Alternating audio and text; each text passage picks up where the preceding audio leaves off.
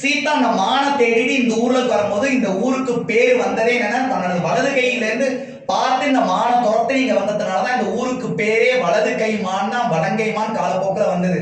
அதே மாதிரி இந்த ஊர்ல வந்து 5 சிவ கோயில் 5 பெருமாள் கோயில் ரொம்ப ரொம்ப விசேஷம். காசி கங்காய்க்கு நீச்சமான ஊர் அப்படிங்கிற புகழும் 2ஆவதா உண்டு இந்த கோவிலுக்கு. அப்படி வரும்போது சீதாவை பார்க்கிற ராவணன் எப்படி சூட் பண்ண லட்சுமணன் மேலேயும் ராமன் மேலேயும் இணக்கம் உண்டாலோ அதே மாதிரி ராவணனுக்கு வந்து சீதா மேல ஒரு ஆசை வந்தது. சீதாவை மணந்துக்கணுங்கிறதுனால சீதாவை சொல்றான், நீ என்னோட வந்துட்டு நான் உன்னை கல்யாணம் பண்ணிக்கிறேன். சீதா சொல்றா, எனக்கு கிடையாது, ராமன் என்னோட பதி, என்னோட ராமனுக்கு எனக்கு கல்யாணம் ஆயிடுது, என்னோட ராமன் எனக்கு அங்க காத்துட்டு இருப்பாரு, என்னை விட்டுடுங்கும் போது துன்புறுத்தி வற்புறுத்தி புஷ்பவிமானத்துல தூக்கின்னு போயிடுற ராவணன். அப்படி தூக்கிட்டு போகும்போது என்ன ஆகுதுன்னா சீதா தன்னோட தாடகம் தன்னோட கை வளையல் மணி குண்டலங்கள் என்னென்னலாம் வச்சிருந்தாலும் அதெல்லாம் ஆபரணத்தெல்லாம் கீழே போட்டுட்டு, அந்த காலத்துல லொகேஷன் கிடையாது, மேப் கிடையாது, எதுவுமே கிடையாது, தான் யூஸ் பண்ண ஏதாவது ஒரு ஆபரணங்களை போட்டுன்னு போகும்போது அந்த வழி பாதையா தான் என்னோட மனைவி கலந்து போயிருப்பா அப்படின்னு கண்டுபிடிக்கிறதுக்காக தன்னோட தாடகத்தை அவிழ்த்து போட்டதுதான் தாடகச்சேரி. இந்த ஊர்ல இருந்து ஒரு 3 கிலோமீட்டர்ல தாடகச்சேரி காலப்போக்கில் மருவி பாடகச்சேரியா இருக்கு. அங்க திருவோணமங்கலமா அங்க ஆஞ்சநேயர் வந்து பிரதிபலிச்சுட்டு அங்க வந்து அங்க காட்சி கொடுத்துட்டு இருக்க. அந்த மாதிரி பெயிண்ட் இருக்கும் போது ஜடாயுக்கு எப்படின்னா பிரம்மனோட குழந்தை ஜடாயு. ஜடாயுக்கு வந்து என்னன்னா முக்காலமும் உணர்ற குணங்கள் வந்து ஜடாயுக்கு மட்டும் தான் உண்டு.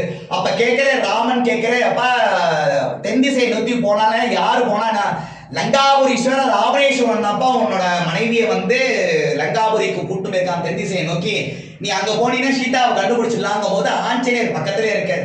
நீங்க வந்து கவலைப்படாதீங்க ராமா, நான் வந்து சீதா தேவியை போய் பார்த்துன்னு வந்துடுறேன், சீதா பிராட்டியை பார்த்துன்னு வந்துடுறேன்னு நேரா ஆஞ்சநேயர் வந்து சமாதானமா போகணுங்கிறதுக்காக கையில கதை இல்லாம தன்னோட வாலியும் கையிலையும் தாமரப்பூவோட, ஏன்னா தாமரப்பூல இருந்து ஒரு நுகர்வு தன்மை உண்டு. அந்த நுகர்வு தன்மை யாரா இருந்தாலும் வசியம் பண்ணி தன்னோட வார்த்தைகள் அந்த சபையில எடுபடுறதுக்கான வாய்ப்புகள் எல்லாத்தையும் கொடுக்கணுங்கிறதுனாலதான் தாமரப்பூல சரஸ்வதி தேவியும் மகாலட்சுமி கையில தாமரப்பூ இருக்கிறதே ஐதீகங்கள். அதனால என்னன்னா லங்காபுரீஸ்வரருக்கு போகும்போது அசோகவனத்துல சீதாதேவி இருக்கு, சீதாதேவி போய் பார்க்கிற. அப்ப ராமனோட தூதுவனா நான் வந்திருக்கேன் இந்த மாதிரி சீதா பிராட்டியும் போது அப்பயும் நம்பல. சரி வந்தது மாயாவியா இருந்து ராவணேஸ்வரனா இருக்கும்னு நினைச்சிட்டு இருக்கும் போதுதான் ராமனோட கடையாடியை கைட்டி கொடுக்கிற. அப்பா சரி ரைட்டு, நீ ராமனோட தூதுவன் தான் அப்படிங்கறத சொல்லி இந்த கதை முடிஞ்சு திருப்பி ரிட்டர்ன் வர. அதுக்குள்ள ராமன் இங்க அந்த சித்தர்கள் ரிஷிகள் முனிவர்கள் இவங்கெல்லாம் ராமநாம ஜபம் பண்ணி அந்த ஹோமங்கள் நடக்காம எல்லாமும் அசுரனால அழிக்கப்பட்டதுனால காவந்து பண்றதுக்காக ராமர் என்ன பண்றேன்னா சம்ஹாரம் பண்றேன். அந்த அசுரனை சம்ஹாரம் பண்ணும் போது என்னன்னா ராமர் வந்து